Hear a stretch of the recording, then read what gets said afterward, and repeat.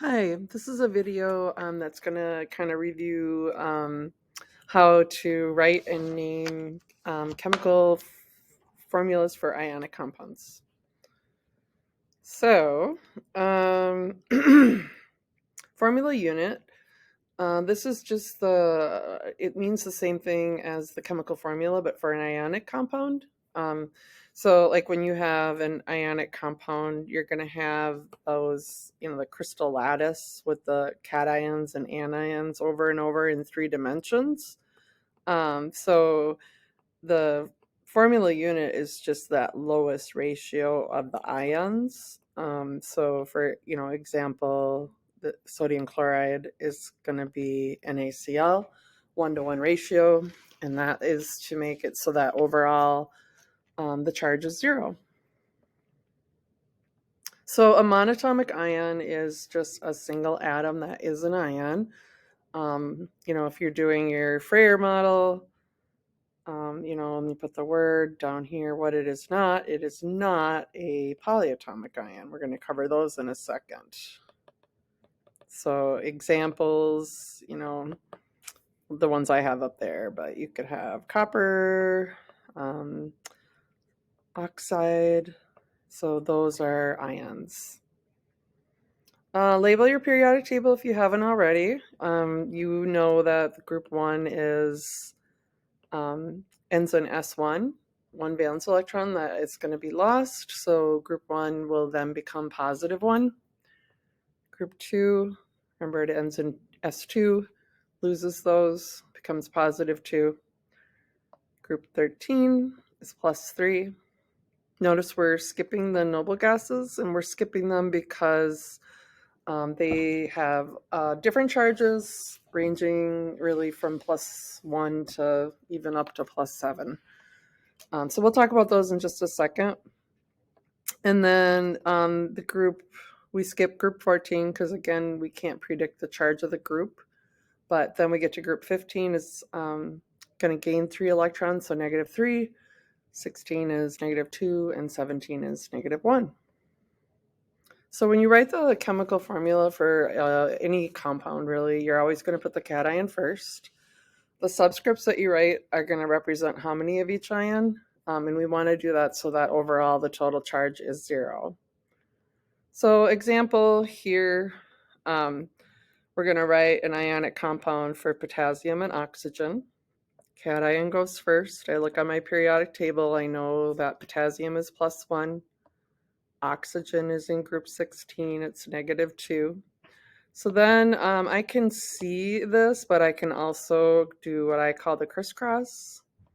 By doing the crisscross, you're taking those superscripts that are the ion oxidation numbers, and you're writing them as subscripts. So we would need to have 2 potassiums for every 1 oxygen. So this would be my final answer. Notice that there is not a 1 by the oxygen. It's implied.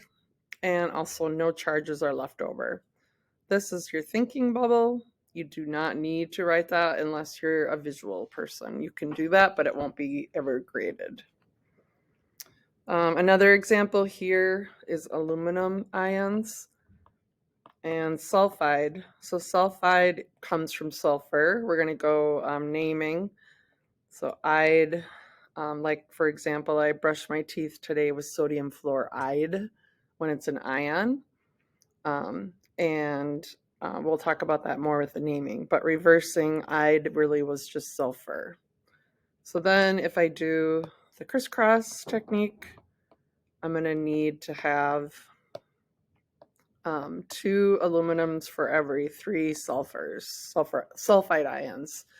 And if you question it, you can also kind of think about, so I need 2 aluminums and then 3 sulfides. So you can see overall +6, -6 is going to add up to 0. So neutral. Polyatomic ions, these are when you have 2 or more elements that are together acting as one. And they overall have a charge, so they're an ion.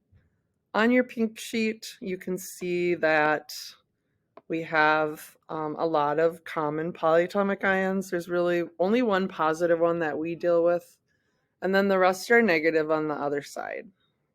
These are also oxyanions, and all of these are oxyanions except for this one doesn't have oxygen, but most of them do. Well, I guess this one doesn't either. And then I would recommend that you cross out the peroxide so you don't get confused with that. And then also add cyanide. This is an ion that we meant to have on the sheet. So when we're dealing with polyatomic ions, the only rules that we have are that if you need more than one polyatomic ion in order to make the charges add to zero, then you can use parentheses. So, for example, here we're going to write a chemical formula for calcium ions and phosphate ions that are used in fertilizers. So I would have to look up the oxidation number for the calcium, and then I need to find the phosphate ions on my pink sheet. Then I can crisscross. And when I do crisscross, I'm going to need to have 3 calciums, and I want to have 2 phosphates. So notice that I put a parenthesis around it, and then I put the 2 on the outside. So in terms of naming, we're always going to, just like the formula, the cation will come first when you name, just like in the chemical formula, anion comes second. Monatomic cations, you just name them what they are. For example, sodium is just sodium. The monatomic anions are going to take the ending off and add "ide." So for example, the sodium fluoride that I brush my teeth with, sodium gets the regular name. Fluorine, we take the ending off and add "ide." So here's an example, Na2O. When I name that, I would call it sodium. And then oxide. So oxygen becomes oxide. And if you're not quite sure where to cut it off, it's okay. You'll get better at that. I'm not going to be super picky. Just make sure you have the beginning ox and the ending ide, and then it's okay. If you have a 3-syllable anion, typically you take off the second and third syllables and then add "ide." So we do have the metals, particularly in the transition metals, and group 14 has tin and lead that have multiple oxidation numbers. So we do have to give the Roman numeral in parentheses when we name these. And I will show you an example of that in just a second. Whenever we name with a polyatomic ion, we just name the poly exactly how it's found on the pink sheet. So here's an example. FeO is an FDA-approved pigment used in cosmetics and also in some tattoo ink. And when we name this, we would call it iron for the Fe, oxide because the anion, we're going to change the ending to "ide." And then we have to decide on our pink sheet, iron can be +2 or +3. So it is going to be the +2 version.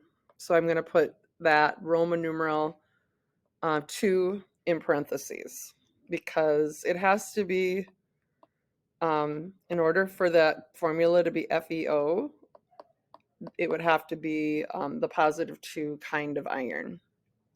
If it were +3 with oxide, you would get a formula of Fe2O3. So it is iron Roman numeral 2. So here's 2 polyatomic ion containing compounds. First one is what people used to use instead of the baking soda and powders that we have today. In fact, some kind of cracker recipes from the Middle East still use this kind of compound.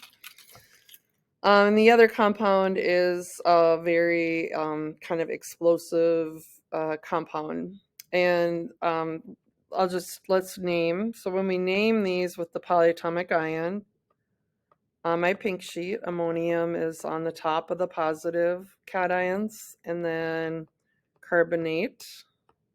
So I don't change their names at all. This one here, I'm doing this example because sometimes it's hard to tell like what the poly, which part's the poly.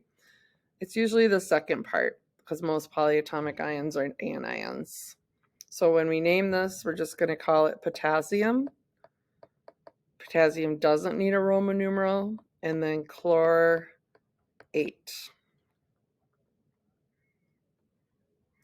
Here is writing a formula now for an ionic compound.